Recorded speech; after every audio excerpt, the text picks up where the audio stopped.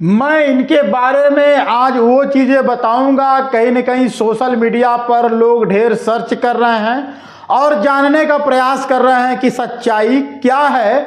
और इनके बारे में लोगों को खंगालने का मकसद सिर्फ एक ही है। इनके बारे में बिहार के मशहूर पत्रकार और यूट्यूबर, दोनों चीज़ें आप कह सकते हैं। कुछ हमारे भाई बंधु पत्रकार बोलते हैं और कुछ मीडिया के भाई बंधु इनको यूट्यूबर बोलते हैं। लेकिन जो भी बोलते हैं इनको, ये तो है लाजवाब। इनका कोई कितनों ही बुराई कर ले, कितनों ही अच्छाई कर ले, ये लाजवाब हैं। इनको जिस रूप में देखना चाहें वो देख सकता है। हाँ, मैं फैक्ट कुछ चीज़ों पर इनके बारे में चर्चा करना चाहता हूं आपसे। कई लोगों का कमेंट मैंने पढ़ा जिसमें मनीष कश्यप जी को ये बताया जा रहा है कमेंट के माध्यम से कुछ लोगों द्वारा कि ये चुनाव आ रहा है, चुनाव लड़ने के लिए इतना बड़ा नौटंकी कर रहा है मनीष कश्यप। और कहीं न कहीं ये बीजेपी में भी गया था अपना उल्लू सीधा करने के लिए, जबकि बिहार के समस्त बिहार के लोग इन पे उम्मीद लगाए रखे थे कि मनीष भैया अगर चुनाव लड़ेंगे तो हम लोग उनको सांसद या विधायक बना करके मुख्यमंत्री के कुर्सी पर बैठाएंगे और मुख्यमंत्री के कुर्सी पर ये शख्स बैठ करके, यानी मैं मनीष कश्यप बैठ करके बिहार के हालात को सुधारने का काम करेंगे। हर वर्ष जब बाढ़ से बिहार डूबता है तो उस बाढ़ से निजात पाने के लिए समस्याओं पर चर्चा करने वाला यही व्यक्ति है, सबसे ज़्यादा यही चर्चा करता है।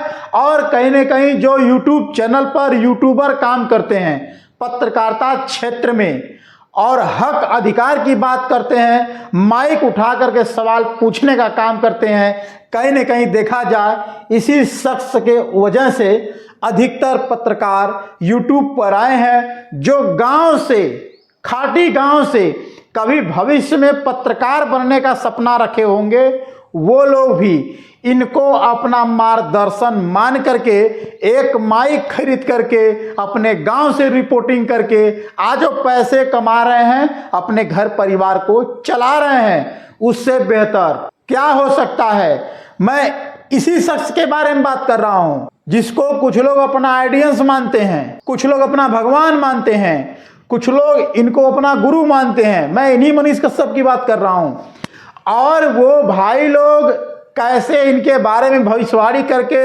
कमेंट में उल्टा सीधा लिख रहे हैं। अब उनकी मानसिकता तो बदली नहीं जा सकती, लेकिन एक बात मैं जरूर कहूँगा, अगर सच्ची इरादे के साथ, नेक इरादे के साथ किसी को आइडियंस मान करके या खुद को गुरु मान करके लक्ष्य को अर्जुन की तरह साध करके, जैसे अर्जुन को लक्ष्य में सिर्फ और सिर्फ मछली की आंख और पेड़ पर बैठी चिड़िया की आंख दिखाई दे रही थी और दोनों जगहों पर उन्होंने सटीक लक्ष्य को भेदा था। बचपन में चिड़िया के आंख में भेदा था और जवानी में स्वयंवर के समय मछली का आंख का भेदन किया था और लाजवाब दोनों भेदन था। उस समय भी बहुत सारे योद्धा थे, कर्ण भी योद्धा थे, मछली की आंख को भेद सकते थे, उनका युद्ध भी, लेकिन उनका भेदना किसी और के लिए था।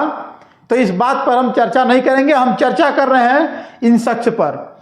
आपको लगा होगा ये वीडियो जब बनाते हैं तो आपको भी लगता होगा कि ये आदमी अगर आवाज़ उठाता है गरीबों का, मजदूरों का, तो रियल दिल से उठाता है।